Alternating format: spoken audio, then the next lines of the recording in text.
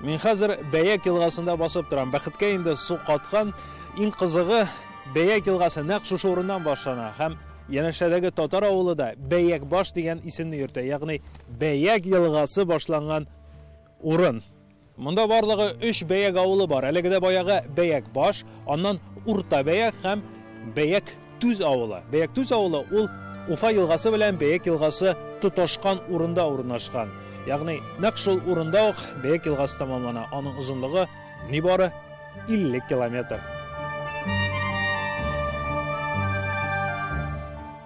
Булай безнең менә шу Урта Бәяк, Бәяк авылы. Бәяк дип атала булган инде аныкы ни килеп чыкканлыгы бай җир булганга күрә, урманнар, матур инде шундый бүтән нәрсә булганга күрә бай як дигәннәр. Шул бай як дигән сүз Бәяккә әйләнгән инде, Урта Бәяк булып калган. Ул килеп чыккан 1690 елны. Менә шушы ни авыл. Минсара Тавапова гомер буе укытучы, мәктәптә мөдир урынбасары булып эшләгән. Ул өлкәннәрдән мәгълүмат туплаган, авылда сакланып калган тарихи хәтерне барлаучыларның берсе. 1860 елгы мәчет инде шактый таушалган да кебек, ләкин ул тарихи хәтерне, авылның инкыйлабка кадәр нинди тормыш кичергәнен күрсәтә.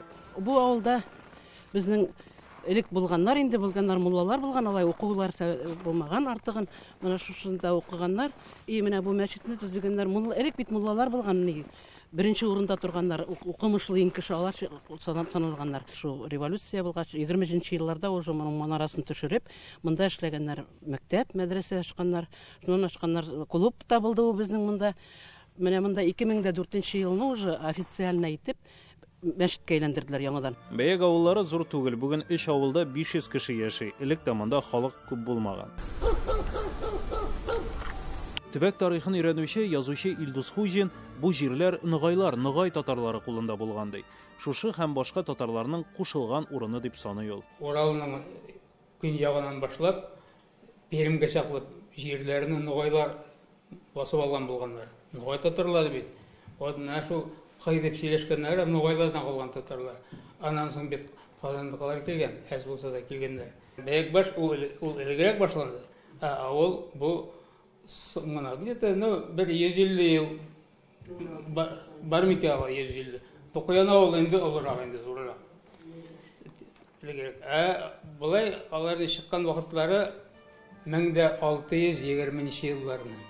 Авылның тарихы турында төбәкчеләр актив яза. Бу халыкка үткәнне җиткерергә, милли горурлык хисен тудырырга ярдәм итә.